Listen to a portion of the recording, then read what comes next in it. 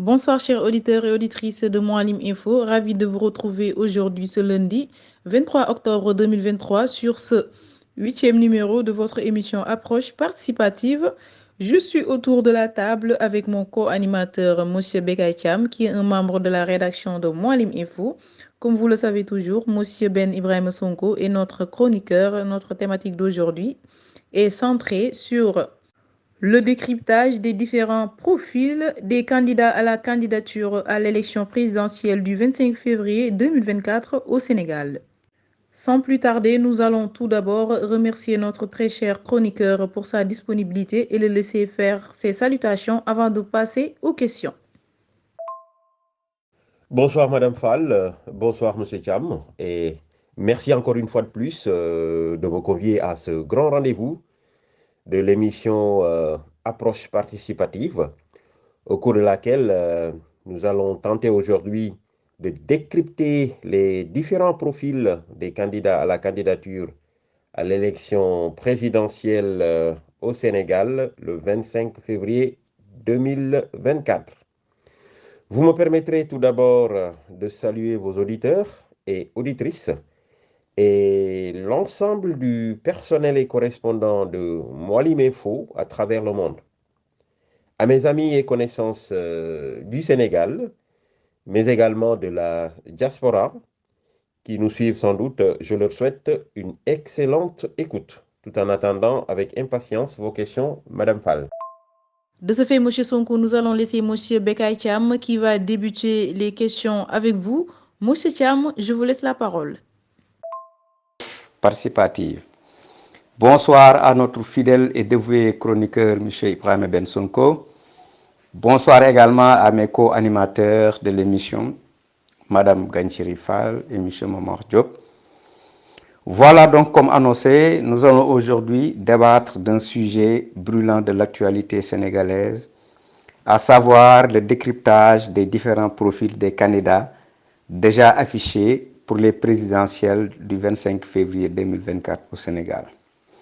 Ma question, M. Sonko, est que nous sommes à 4 mois de ces joutes présidentielles prévues le 25 février 2024 et déjà près de 231 candidats à la candidature se sont signalés à partir de tous les segments de la société sénégalaise.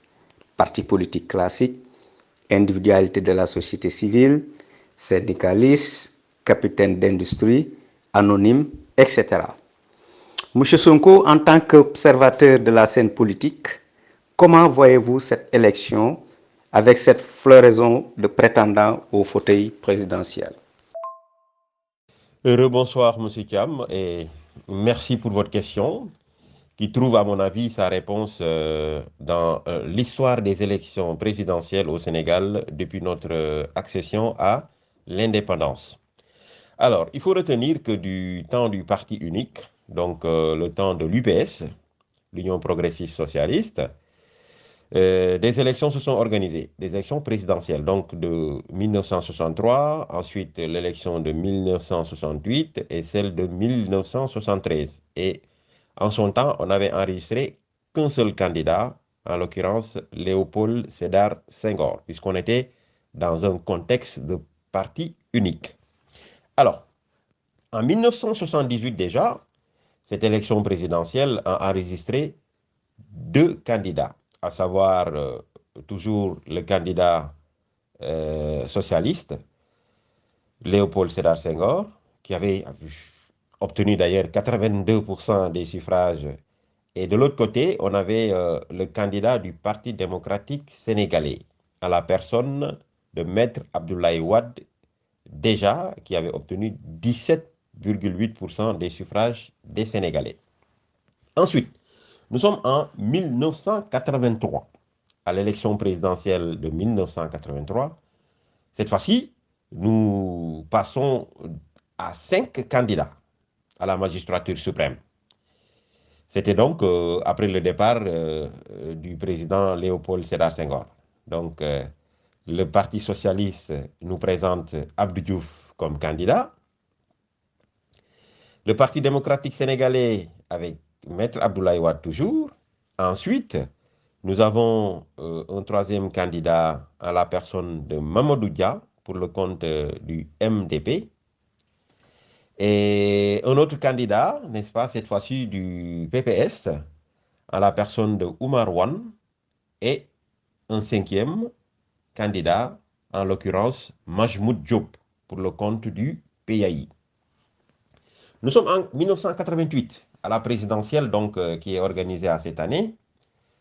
Nous avons enregistré cette fois-ci 4 candidats, avec toujours Abdou Diouf pour le compte du Parti socialiste, ensuite Maître Abdoulaye Wade pour le compte du Parti démocratique sénégalais, nous avons Babacar Niang pour le PLP, et en fin de compte, Landing Savané pour donc, dans un premier temps, le compte du MRDN.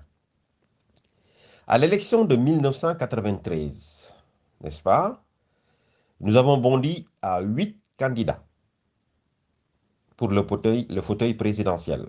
Abdou Diouf, toujours pour le compte du Parti socialiste. Maître Abdoulaye Wade pour le compte du Parti démocratique sénégalais. Landing Savané qui revient, toujours, mais cette fois-ci pour le compte de AJ/PADS. Abdoulaye Bathily pour le compte de la LDMPT.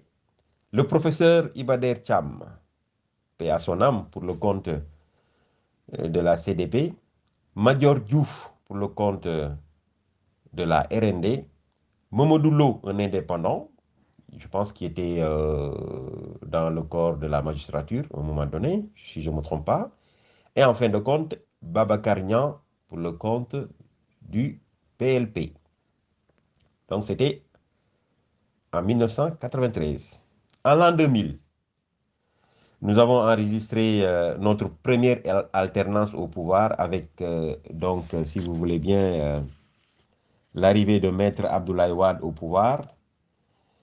À cette élection, il y avait donc Maître Abdoulaye Wade qui était déjà élu, qui était d'ailleurs, je veux dire, élu au second tour avec quelque chose comme 58%. Il y avait le candidat du Parti socialiste, Abdou Diouf, qui avait perdu ses élections pour la première fois, qui était élu avec, qui avait perdu ses élections, je veux dire, avec 41,5%. Il y a Moussa Fagnas, qui était le faiseur de roi, qui avait obtenu 16%. Djibo Leyti-Ka, paix à son âme, avait obtenu 7%. Iba Der Thiam, toujours, avec 1%. Serigne Ousseynou Fall, avec 1%. Cheikh Abdoulaye Dièye, avec 0,9%. Et Mademba Sok, avec 0,5%. Donc, nous sommes en l'an 2000. On avait en son temps 8 candidats à la magistrature suprême. Et c'est donc la première alternance au Sénégal, avec l'accession de Maître Abdoulaye Wade à la magistrature suprême. Nous sommes en 2007. Et cette fois-ci, on enregistre 15 candidats. Donc, je pense que c'est le plus haut pic en termes de nombre de candidats à la candidature. Avec Ousmane Tanor Dieng du Parti socialiste, Abdoulaye Wade du Parti démocratique sénégalais, Landing Savané de l'AJ/PADS, Talla Sylla de Jëf Jël, Robert Sagnan, Moustapha Niasse, Modou Dia, Mame Adama Gueye, un indépendant, Mamadou Lamine Diallo du mouvement Tekki, Louis-Jacques Senghor, Idrissa Seck du Parti Rewmi, Cheikh Bamba Dièye, Doudou Ndoye, Alioune Petit Mbaye, un indépendant, et en fin de compte, Abdoulaye Bathily. Nous sommes donc en 2007. C'est également une élection où on a enregistré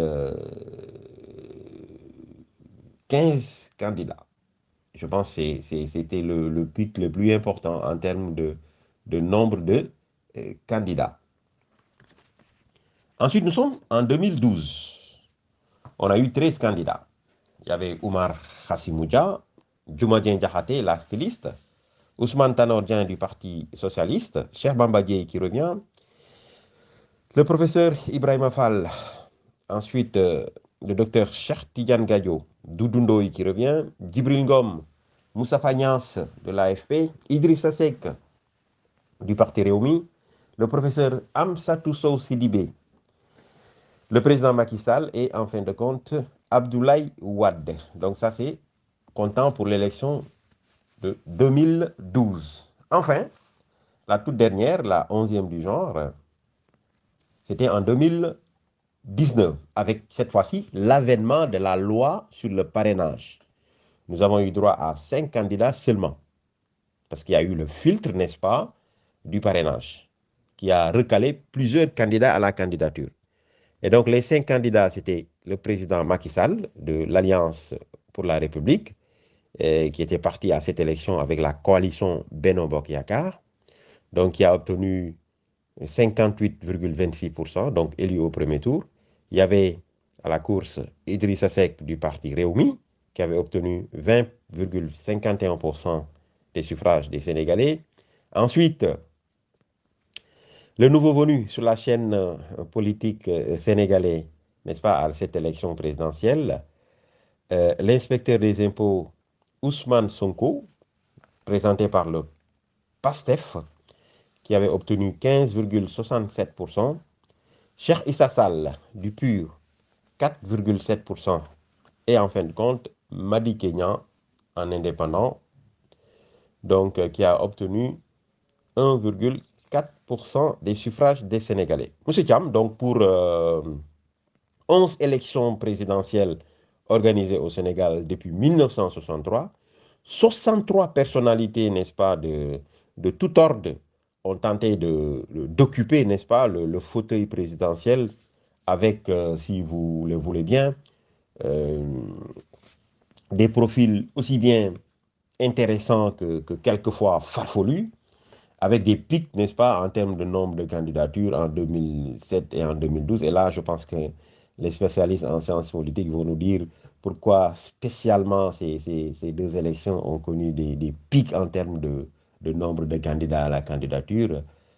Donc, 13 candidats pour 2012 et 15 candidats pour 2017. Et pourquoi spécialement ces 2 années?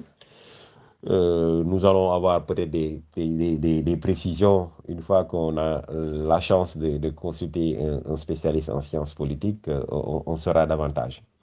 Donc en 2024, précisément le 25 février 2024, le filtre du parrainage va sans doute, encore une fois, barrer la route, n'est-ce pas, à plusieurs candidats à la candidature. Parce que sans le parrainage, on allait peut-être arriver cette année à une centaine de candidatures.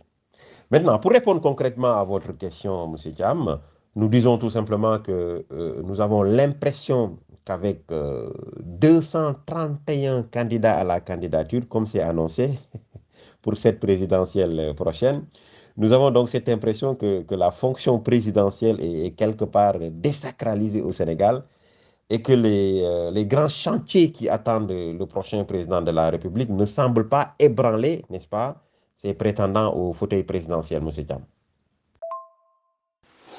Merci, M. Sonko, pour tous ces éclaircissements apportés à ma première question, ce qui me permet d'embrayer déjà pour la deuxième, à savoir, à partir de ces différents visages et de ces différents profils qui sont du reste très nombreux pour cette élection, comment appréciez-vous cette mobilisation notée dans les différentes chapelles politiques?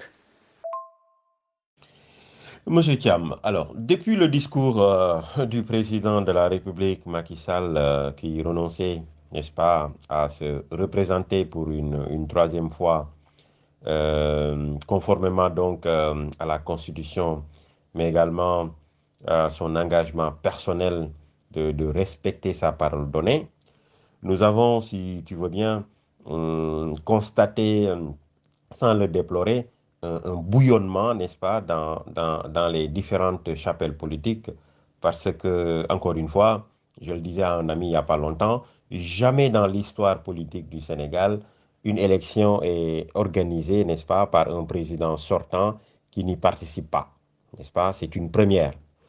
Donc, un scrutin très ouvert où le prochain président peut venir de nulle part, n'est-ce pas? Alors, les partis politiques, donc, comme vous le dites, se mobilisent pour porter, n'est-ce pas, leur candidat à la présidence de la République avec la collecte des parrainages pour valider, n'est-ce pas, la recevabilité, n'est-ce pas, des candidats. Alors, si pour les partis qui sont bien représentatifs, le problème ou la barrière du parrainage peut ne pas constituer un frein, pour les néo-partis ou les candidatures indépendantes, par contre, le ticket du passage à ce filtre du parrainage risque de coûter très cher, n'est-ce pas? À entendre parler d'ailleurs, ceux qui sont déjà en train de collecter les parrainages, les Sénégalais ne semblent pas se bousculer, n'est-ce pas, à parrainer les candidats à la candidature. Du fait peut-être de leur indécision, surtout, dans un contexte où l'opposant principal du régime actuel, en l'occurrence Ousmane Sonko, n'a pas encore retiré par le canal de son mandataire ses fiches de parrainage pour aller donc vers les nombreux jeunes qui, depuis quelque chose comme plus de 3 ans maintenant, sont quelque part convaincus du leader du PASTEF, qui a donné, n'est-ce pas, par le canal de ces instances, des instructions à leurs militants d'attendre, n'est-ce pas, le mot d'ordre du parti PASTEF. Donc, il y a certes une mobilisation, Monsieur Cham, des différentes chapelles politiques, mais avec toutes les difficultés du monde pour les candidats qui sont déjà sur le terrain pour collecter des parrainages. Merci beaucoup, M. Cham, pour vos pertinentes questions. En effet, nous allons poursuivre cette émission de ce soir avec les questions suivantes. Monsieur Sonko, aujourd'hui, nous allons nous appesantir sur les candidats issus des partis politiques traditionnels. Comment appréciez-vous, Monsieur Sonko, leurs avenirs sur la scène politique sénégalaise? Les partis politiques traditionnels au Sénégal ont globalement, si vous voulez bien, Madame Fall, un avantage ou une avance certaine sur les néo-partis ou les candidatures indépendantes, du fait tout simplement de leur appareil politique existant et quelque part de leur ancrage, n'est-ce pas, dans le pays. Alors, la machine électorale, avec une possibilité d'être présent dans tous les bureaux de vote est quelque part un atout pour gagner des élections au Sénégal.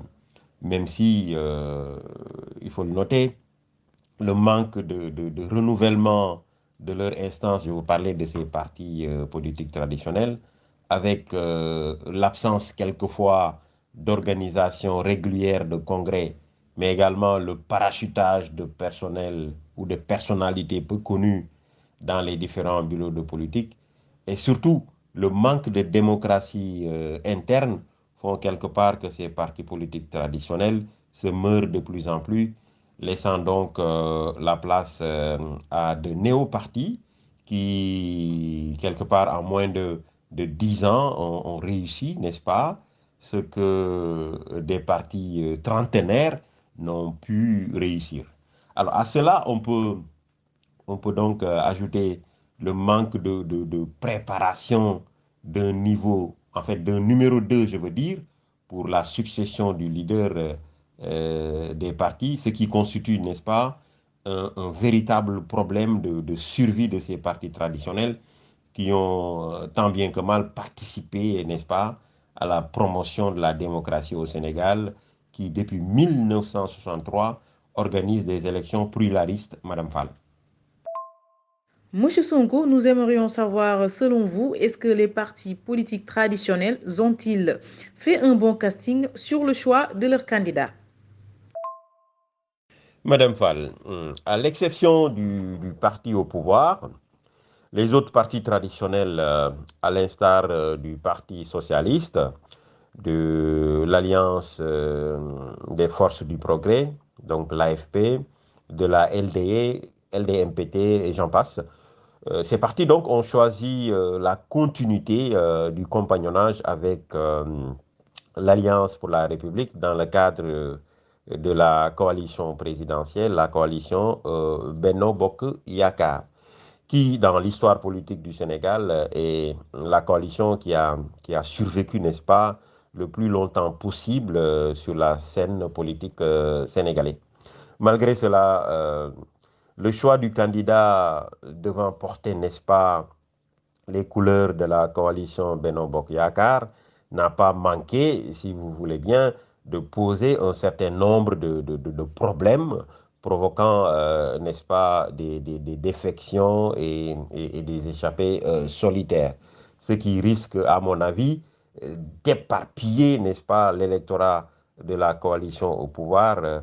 Reste maintenant à savoir à qui cet éclatement va véritablement profiter, n'est-ce pas?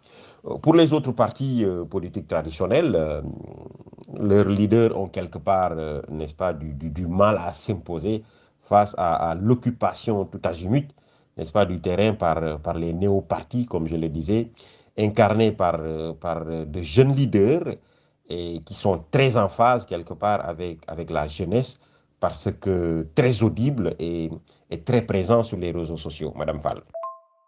Nous vous rappelons aujourd'hui que nous sommes dans votre émission Approche participative de ce lundi 23 octobre 2023, présentée par Madame Fall avec comme chroniqueur M. Ben Ibrahima Sonko et M. Bekay Cham, qui est un membre de la rédaction de Mouhalim Info. M. Ben Ibrahima Sonko, pour ma seconde question, comment appréciez-vous le fait que les partis politiques les plus représentatifs, malgré le fait qu'il ait des députés à l'Assemblée nationale pouvant les parrainer, optent pour le parrainage citoyen? Madame Fall, ce qu'il faut retenir du parrainage est qu'au-delà du fait qu'il sert de filtre, il constitue, je veux dire, le parrainage, un véritable exercice de légitimité, pour ne pas dire de légitimation, n'est-ce pas, du candidat. Une sorte donc de recommandation que les citoyens feront pour les candidats qu'ils vont parrainer. Pour rappel, les candidats voulant ou devant se présenter à l'élection présidentielle du 25 février 2024, comme celle de 2019, doivent impérativement, n'est-ce pas, obtenir le parrainage des citoyens correspondant comme quelque chose à 0,6%, n'est-ce pas, du fichier électoral, qui est estimé, ce fichier, je veux dire, à 7 36 000 électeurs, quelque chose comme ça, dans au moins 7 régions, n'est-ce pas, du Sénégal. Ou alors avoir le soutien ou le parrainage de 13 députés sur les 165 députés que compte donc l'Assemblée nationale du Sénégal. Ou encore avoir 120 maires et présidents de conseil départemental qui portent, n'est-ce pas, cette candidature. Ceci donc conformément à l'article L57 du Code électoral sénégalais. Il y a là donc quelque part un paradoxe qui réside même, n'est-ce pas, sur le choix du parrainage citoyen en lieu et place du parrainage des élus. En ce sens, n'est-ce pas, que le parrainage citoyen présente quelque part des difficultés, notamment au niveau de la collecte, avec, n'est-ce pas, toute la logistique qu'il faut mettre en place, cette logistique nécessaire pour aller sur le terrain et faire parrainer son candidat. Donc, il y a également un autre problème, n'est-ce pas, au-delà de cette difficulté liée à la logistique, il y a surtout le problème qui est lié, n'est-ce pas, au contrôle des signatures et des doublons. Ce qui, quelque part, peut constituer un risque pour les partis politiques qui optent pour le parrainage citoyen. Alors, il faut noter par ailleurs que pour des raisons stratégiques, n'est-ce pas, d'affaiblir ou d'anéantir des candidatures qui peuvent créer quelque part la surprise, des partis assez représentatifs avec des députés à l'Assemblée nationale et des élus locaux sollicite le parrainage des citoyens pour parer à toute éventualité. Pour ma toute dernière question, M. Sonko, que peut-on retenir des projets de société des candidats les plus significatifs des partis politiques traditionnels? Des partis politiques ou coalitions de partis politiques traditionnels, on peut citer le Benno Bokk Yakaar avec comme candidat investi Amadou Ba. Il y a également Idrissa Seck avec le Rewmi, Mamadou Lamine Diallo avec le mouvement Tekki. On peut noter aussi Mamadou Diop Decroix avec AJ/PADS. Il y a également Karim Wade avec le Parti démocratique sénégalais et dans une moindre mesure Ousmane Sonko avec le PASTEF, que nous classerions plutôt parmi les néo-partis politiques. Tout compte fait, Madame Fall, ces partis traditionnels ont quelque part ceci de commun, n'est-ce pas? Ils ont soit déjà exercé le pouvoir, ou alors ont déjà participé, n'est-ce pas, aux élections présidentielles avec des projets de société qui n'ont pas attiré, n'est-ce pas, l'attention des Sénégalais pour certains. Il y a là donc, si vous voulez bien, un défi de convaincre les Sénégalais avec une mise à jour, n'est-ce pas, de leur projet de société. C'est parti en question. Pour le candidat de la majorité présidentielle, par exemple, je veux dire de la coalition Benno Bokk Yakaar, son projet de société, n'est-ce pas, est axé, si vous voulez bien, sur la consolidation, n'est-ce pas, ou alors la continuité, n'est-ce pas, du plan Sénégal émergent, qui tourne autour de trois axes majeurs, à savoir la transformation structurelle de notre économie, le capital humain, n'est-ce pas, et en fin de compte, la bonne gouvernance. Pour ce qui concerne, par exemple, le candidat de Rewmi, l'urgence pour lui, c'est plutôt que le Sénégal soit orienté vers une politique, n'est-ce pas, qui tourne autour de trois axes majeurs. Je veux dire, son programme tourne autour de trois axes majeurs, à savoir la gouvernance, la bonne gouvernance, donc une économie fiable et une sécurité partout au Sénégal. Donc ce sont les trois axes du candidat Idrissa Seck pour, n'est-ce pas, son projet de société devant le conduire à la magistrature suprême. Pour le Parti démocratique sénégalais, avec son candidat qui reste à valider, n'est-ce pas, sa candidature, je veux parler de Karim Wade, son programme est axé sur les infrastructures, n'est-ce pas, la production énergétique et la révolution agricole, mais également sur la transformation structurelle de notre économie. Madame Fall, pour ne citer que cela. Merci beaucoup, chers auditeurs et auditrices, de nous avoir suivis et merci à M. Sonko pour votre prestation. Un dernier mot, M. Sonko, pour conclure. Madame Fall, c'est plutôt moi qui vous remercie pour l'invitation à cette émission qui est désormais très attendue par vos auditeurs, mais également par vos auditrices à travers le monde, que je salue d'ailleurs et remercie au passage pour leur fidélité. C'est aussi l'occasion, et comme toujours pour moi, de faire un clin d'œil à tous les représentants à travers le monde du groupe Teranga Business International que je dirige. Un coucou également à ma sœur et cousine Aïcha Diop et à sa maman tante Ngonendoy depuis Dakar au Sénégal. Mes remerciements également à M. Cham, votre co-animateur, pour ces pertinentes questions.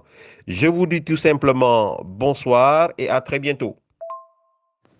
C'en est tout, chers participants et participantes de Mouhalim Info. C'était tout pour votre émission Approche participative de ce soir, lundi 23 octobre 2023.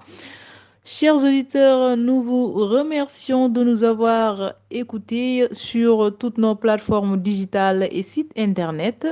Quant à moi, je vous donne rendez-vous mardi à 20h30 pour les informations en version française. À toutes et à tous, je vous souhaite de passer une agréable soirée en compagnie des programmes de Moualim Info. C'était Gench Rifal à la présentation. Moualim Info.